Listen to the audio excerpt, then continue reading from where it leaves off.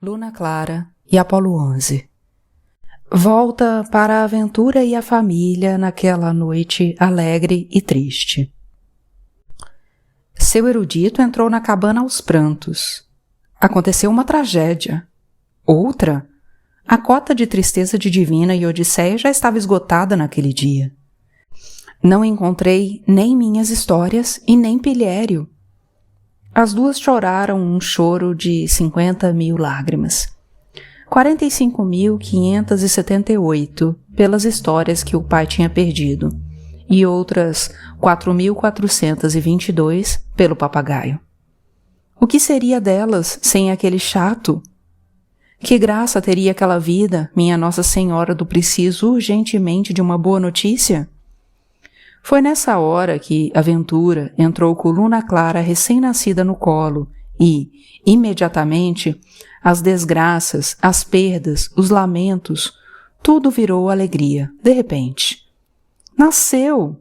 É uma menina! Vai se chamar Tutameia. Pelo resto daquela noite, só daquela, todos esqueceram o marido, os namorados, as 45.578 histórias e o papagaio perdido. Em troca daquele cheiro de bebê delicioso que perfumava a imitação de cabana inteira.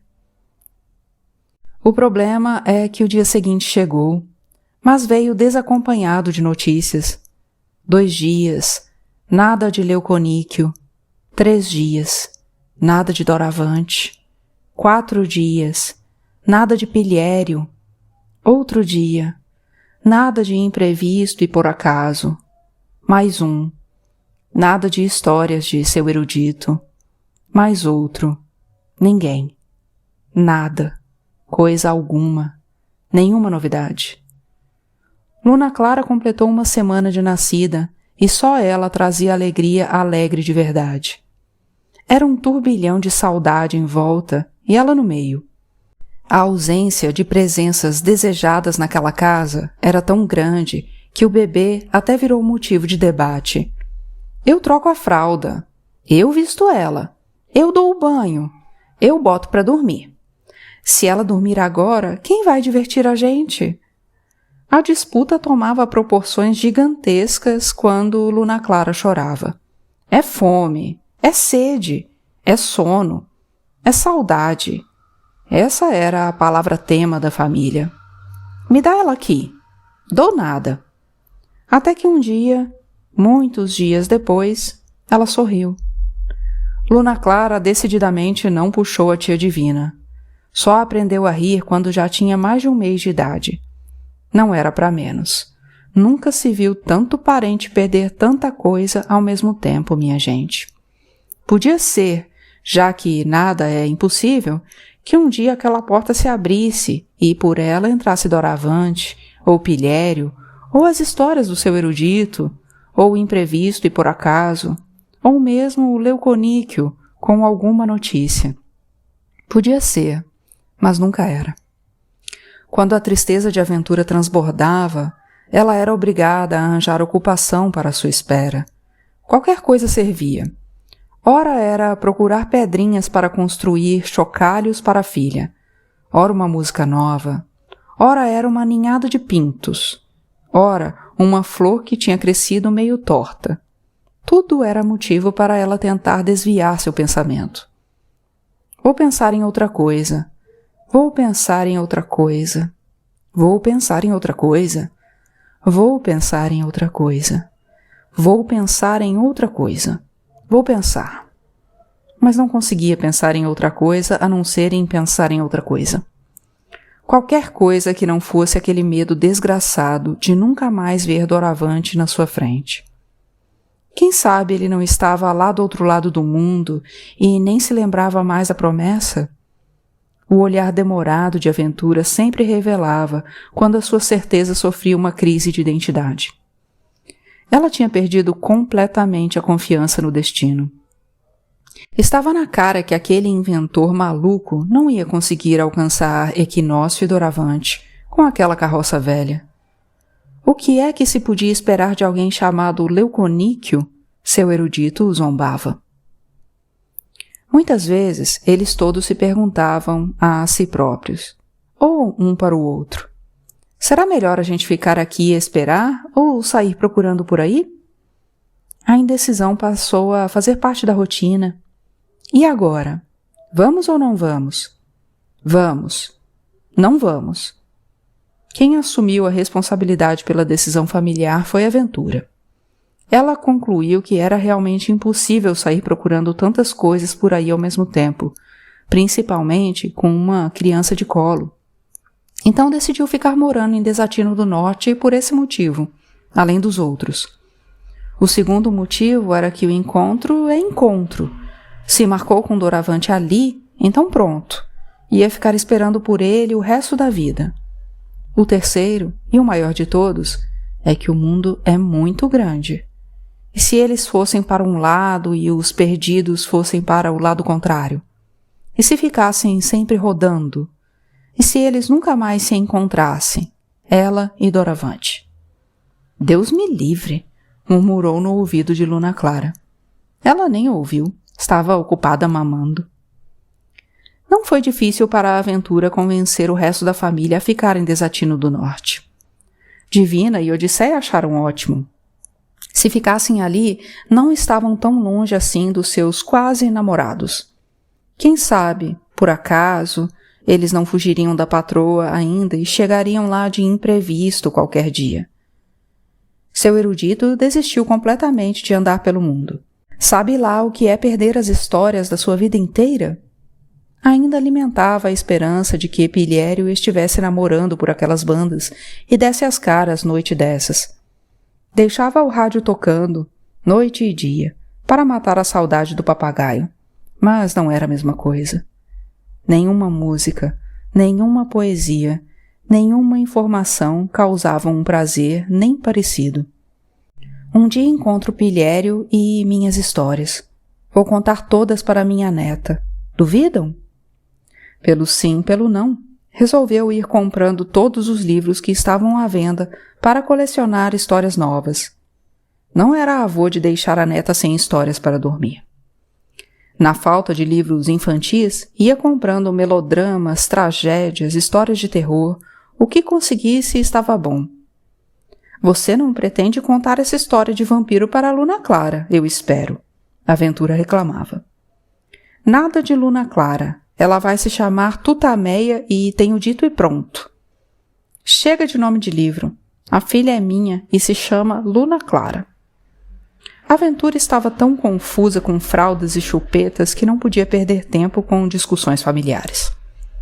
As tias apoiaram a decisão, fato que deixou seu erudito muito irritado. Até o último momento, no cartório, antes do escrivão escrever o nome da menina, ele não parava de dar opinião. Ana Karenina, Cândida Herêndira, Antígona, Medeia, Antologia, Enciclopédia. Como não foi ouvido, parou de falar com Odisseia, Divina e Aventura. Ficou de mal delas. Na noite do Ano Novo, ele adquiriu seu 100º livro e já entrou em casa lendo. Você quer fazer o favor de desejar Feliz Ano Novo pra gente, seu cabeça dura? As 3 reclamaram em coro. Mas ele cismou que não falava mais com elas e não falava mesmo. Escreveu um bilhete, Feliz Ano Novo, bem grande, com uns desenhos de flores nas bordas, entregou para as filhas, deu um beijo mudo em cada uma e continuou a ler Dostoiévski para a neta. Fui eu quem mandou aquela velha viúva de um funcionário e sua irmã, Lisavieta, com uma machadinha para roubá-la. Luna Clara comentou, Ganch. Leve-se em consideração que, naquele tempo, ela ainda não tinha 3 meses de idade. Naquele tempo, em Desatino do Sul. No dia 23 de janeiro daquele ano, quando Luna Clara completou 3 meses, Apolo 11 comemorou seu primeiro aniversário. Como o tempo passa rápido, Madrugada pensava, enquanto confeitava o bolo com foguetes de chocolate, luas de mel e discos voadores de marshmallow. 1 ano de festa. O pessoal de Desatino do Sul nunca esteve tão animado como naquele dia.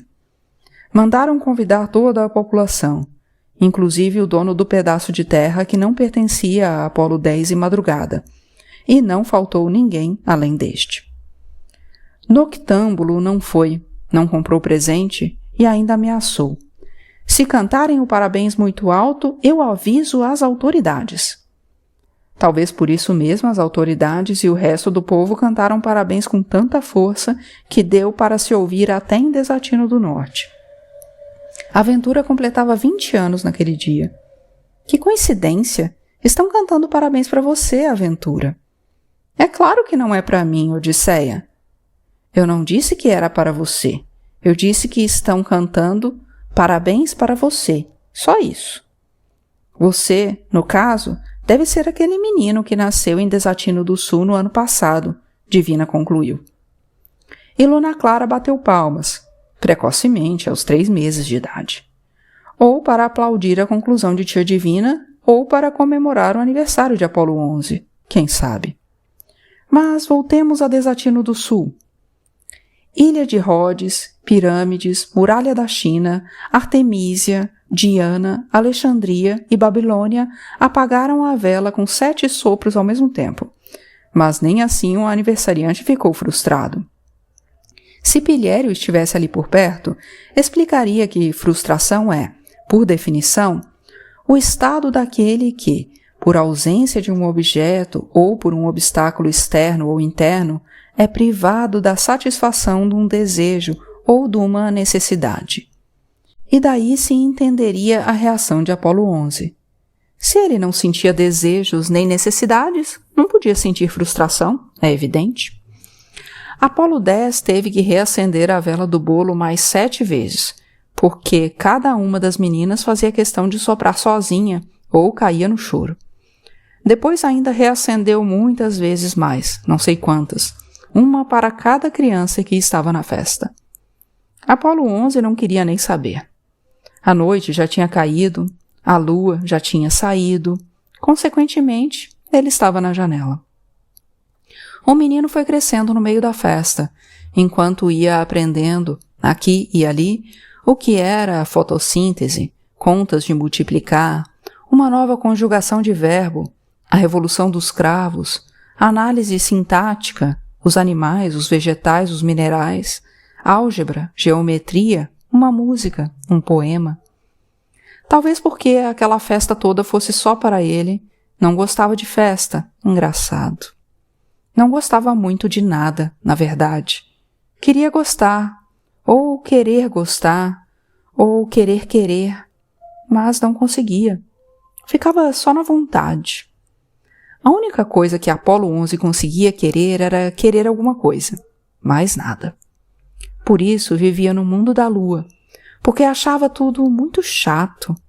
Pensava só num amanhã que vai ser igual a amanhã, que vai ser igual a amanhã e depois de amanhã, e depois, e depois, e depois. Tudo sempre igualzinho ao que foi hoje. Pensou? Ele também. Todos os dias o seu pensamento pensava num amanhã, mas todos os amanhãs tinham sido iguais, desde que ele tinha nascido. De manhã, tinha que dobrar um montão de guardanapos de papel, monte cuja altura dependia da quantidade de convidados naquele dia, tendo como princípio sempre pelo menos um guardanapo por boca. De tarde, não tinha nada. Em compensação, de noite, tinha a noite. Que menino estranho que tem nome de Deus Sol, mas é da lua que ele gosta, comentavam. Assim que escurecia, Apolo 11 se escondia em algum canto afastado e ficava lá sozinho, olhando a lua, tentando inventar motivo para querer. É claro que todos os dias apareciam motivos, mas ele não via. É o problema de quem pensa na frente. Às vezes perde alguns agoras. Que jeito? Quando ia dormir, Apolo 11 ficava muito constrangido de deixar a lua lá no céu sem companhia. Todo mundo vivia tão distraído com a festa que não tinha tempo sequer de lembrar que ela existia. Em algum lugar, alguma pessoa sozinha talvez esteja também olhando para a lua, ele pensava, mas não estava convencido disso. Boa noite e boa sorte, Lua, dizia antes de pegar no sono. E sempre acordava com aquela banda tocando, e o pessoal todo dançando. O pessoal animado. E a festa ia fervendo, e o tempo ia passando.